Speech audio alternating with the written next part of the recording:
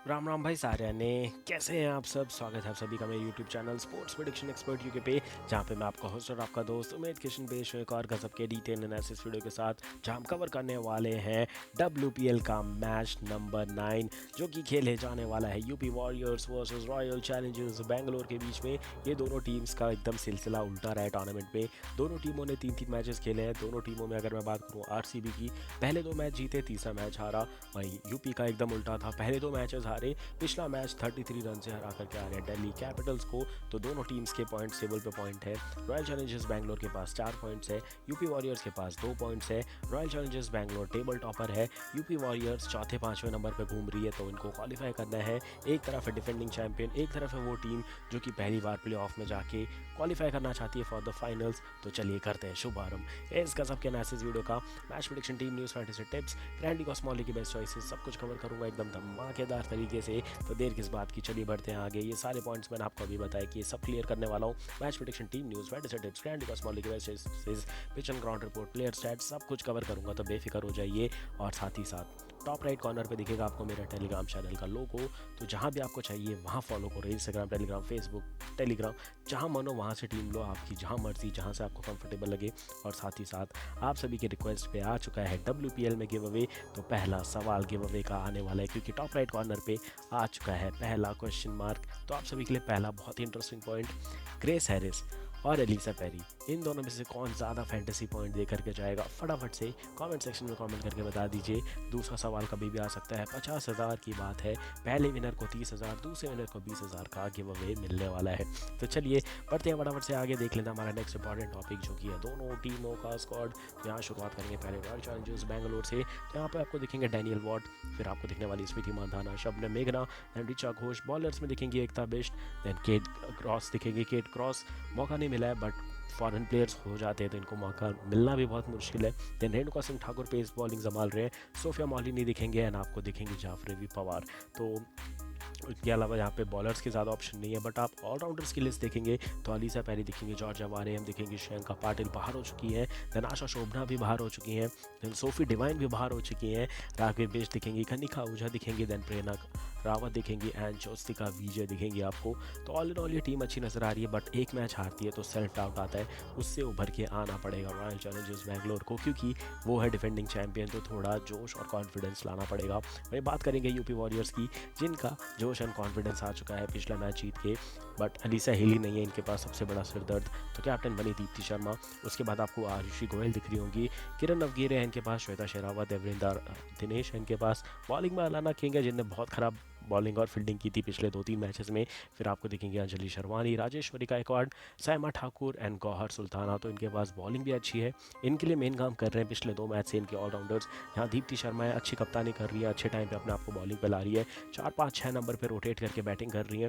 Then grace Harris पिछले match में hat trick ली है, जो कि दूसरी हैट्रिक है यूपी वॉरियर्स के किसी भी प्लेयर के लिए। पहली ली थी इनकी कैप्टन दीप्ति शर्मा ने, अब ग्रेस हैरिस ने हैट्रिक ले लिया। टोटल 4 विकेट लिए थे पिछले मैच में।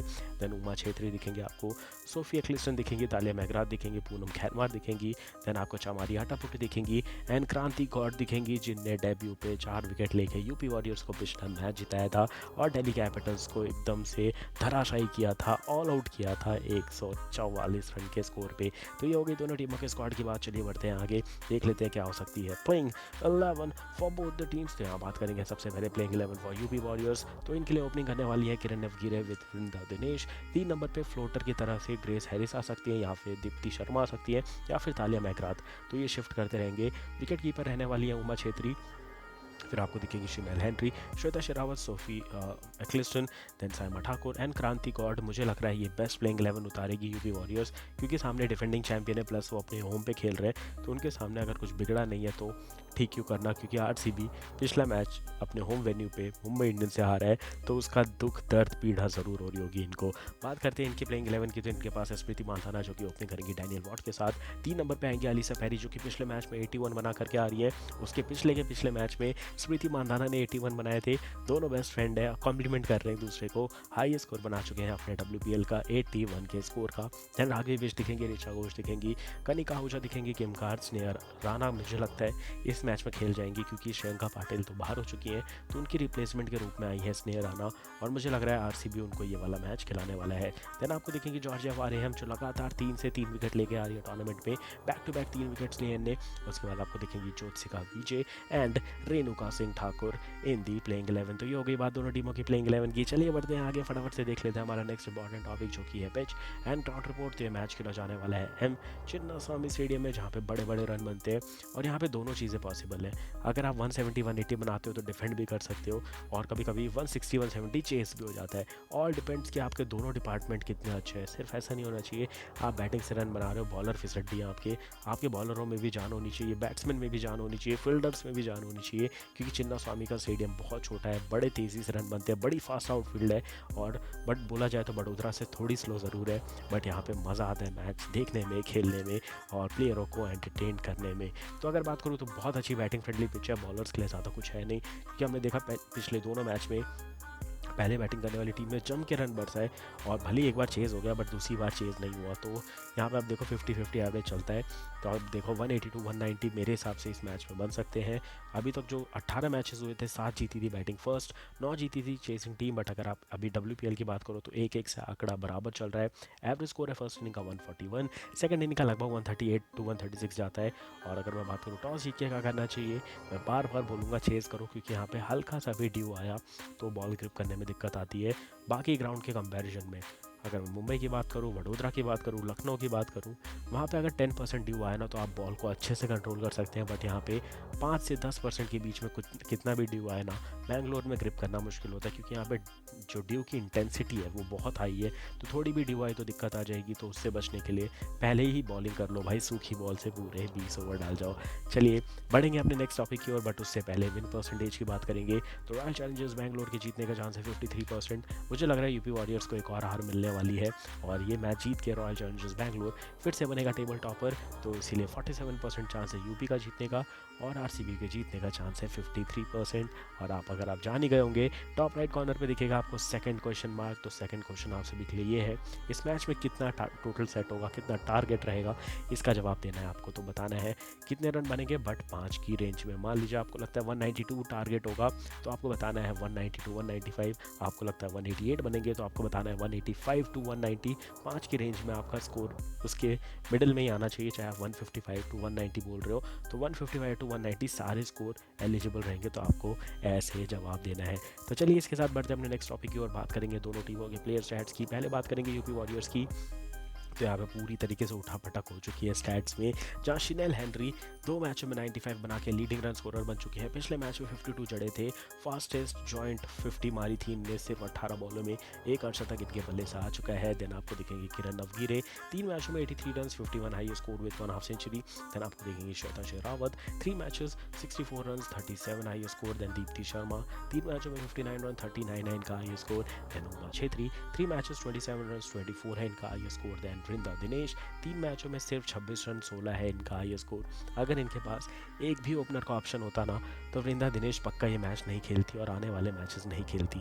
देन दिखेंगे तालिया मैकग्राथ, जिनका फॉर्म काफ़ी ख़राब चल रहा है, 3 मैचों में सिर्फ 25 रन, 24 है इनका हाई स्कोर। बॉलिंग में बात करें तो ग्रेस हैरिस 6 विकेट ले चुकी हैं, क्रांति गौड़ के नाम पे 4 विकेट, सोफिया क्लिस्टन के नाम पे 3 विकेट, दीप्ति शर्मा के नाम पे 2 विकेट, तालिया मैकग्राथ के नाम पे 1 विकेट, और शिनेल हेनरी को मिली थी एक सफलता। ग्रेस हैरिस 6 विकेट लिए प्लस पिछले मैच में 4 विकेट प्लस हैट्रिक, तो इनका कॉन्फिडेंस काफ़ी बूस्टेड अप है। वही क्रांति गौड़ 3 मैचों में 4 विकेट लेकर के प्रूव कर दिया कि इनका ये डेब्यू सीजन कितना तगड़ा जा रहा है। बढ़ेंगे आगे, देख लेते हैं दूसरी टीम जो कि है रॉयल चैलेंजर्स बैंगलोर, इनके प्लेयर स्टैट्स की। तो लीडिंग रन स्कोरर बन चुकी हैं दी एलिसा पेरी, जो कि 6 वर्ल्ड कप जीत के आई है ऑस्ट्रेलिया के लिए।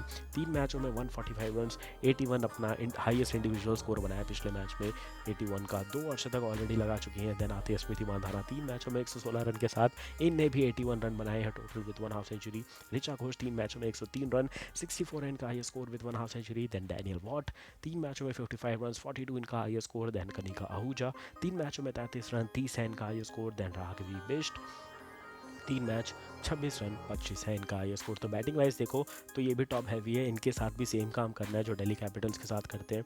टॉप ऑर्डर के विकेट गिरा दो, ये फटाफट से मिडिल ऑर्डर में इनकी पिटाई हो जाती है, इनके रन बनाने वाले प्लेयर नहीं है।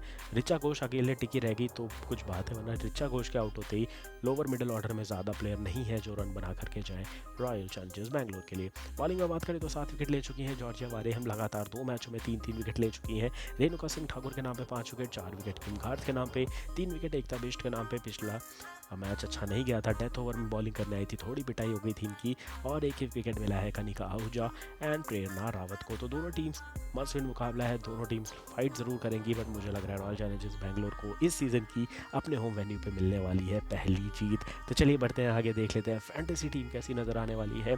तो लेफ्ट में दिखेगी ग्रैंड लीग की टीम, राइट में दिखेगी स्मॉल लीग की टीम। ग्रैंड लीग की टीम की बात करेंगे तो विकेट कीपर में देखेंगे ऋचा घोष, बल्लेबाजी में Ellyse Perry, Danielle Wharton, Smriti Mandhana with Kiran अवगीरे। ऑलराउंडर्स में दिखेंगी Grace Harris, Deepti Sharma and Georgia Wareham. Allrounders के बाद बॉलर्स में देखेंगी सोफिया क्लिस्टन, देन आपको दिखेंगी आपको एकता बिष्ट एंड रेणुका सिंह ठाकुर। कैप्टन की चॉइसेस की बात करेंगे तो वो दिखेंगी दीप्ति शर्मा और स्मृति मानधाना। वाइस कैप्टन की 2 चॉइसेस इंपॉर्टेंट जो है वो सबसे ज़्यादा ज़रूरी है जॉर्जिया वारेहम, उसके अलावा सोफिया क्लिस्टन या फिर एकता बिष्ट में से आप किसी एक को बना सकते हैं कैप्टन। ये होगी बात ग्रैंड लीग की। बात करेंगे स्मॉल लीग की टीम की तो विकेट कीपर में रहेंगे ऋचा घोष, यहाँ पे कोई चेंजेस की ज़रूरत नहीं है क्योंकि उमा छेत्री इतनी अच्छी बैटिंग नहीं कर रही है, बट सरप्राइज हो रही अभी WPL में तो आप उनको बना सकते हैं। बल्लेबाजी में रहेंगी एलिसा पेरी, स्मृति मानधाना, किरण अवगीरे, यहाँ पे आप चाहें तो वृंदा दिनेश को ट्राई कर सकते हैं। ऑलराउंडर्स में Grace Harris, Deepti Sharma, Tahlia McGrath, Georgia Wareham, ये टीम के साथ आप जा सकते हैं। बॉलिंग में रहेंगी Sophia Ecclestone, Kim Garth and Renuka Singh Thakur. Captain की चॉइसेस की अगर मैं बात करूँ तो आपको यहाँ पे दोनों एक्सट्रीम लेफ्ट में दिखेंगी, मेरे राइट में दिखेंगी Ellyse Perry and Grace Harris as a captain. Vice captain की 2 चॉइसेस रहेंगी, पहली रहेंगी ऋचा घोष, दूसरी रहेंगी तालिया मैगरा। तो फटाफट से टीम बना करके रेडी हो जाइए, बहुत ही इंटरेस्टिंग मैच है WPL का। और इसके बाद बैक टू बैक मैचेस होंगे, सारे डू और डाई मैचेस होंगे, और राइवलरी वीक चल रहा है जहाँ पे पिछली बार किसी टीम ने किसी को हराया है तो वो बदले की आग से उतरेगा या फिर अपना पूरा दबदबा दिखाने के लिए 2 में से 2 बार हराने का ट्राई करेगा। तो मज़ा आने वाला है आने वाले WPL के मैचेस में, चैंपियंस ट्रॉफी के मैच में तो मिलूंगा बहुत जल्द आने वाले मैचेस के एनालिसिस वीडियो के साथ। तब तक के लिए मुझे दीजिए इजाज़त। Thank you for watching, take care and bye bye.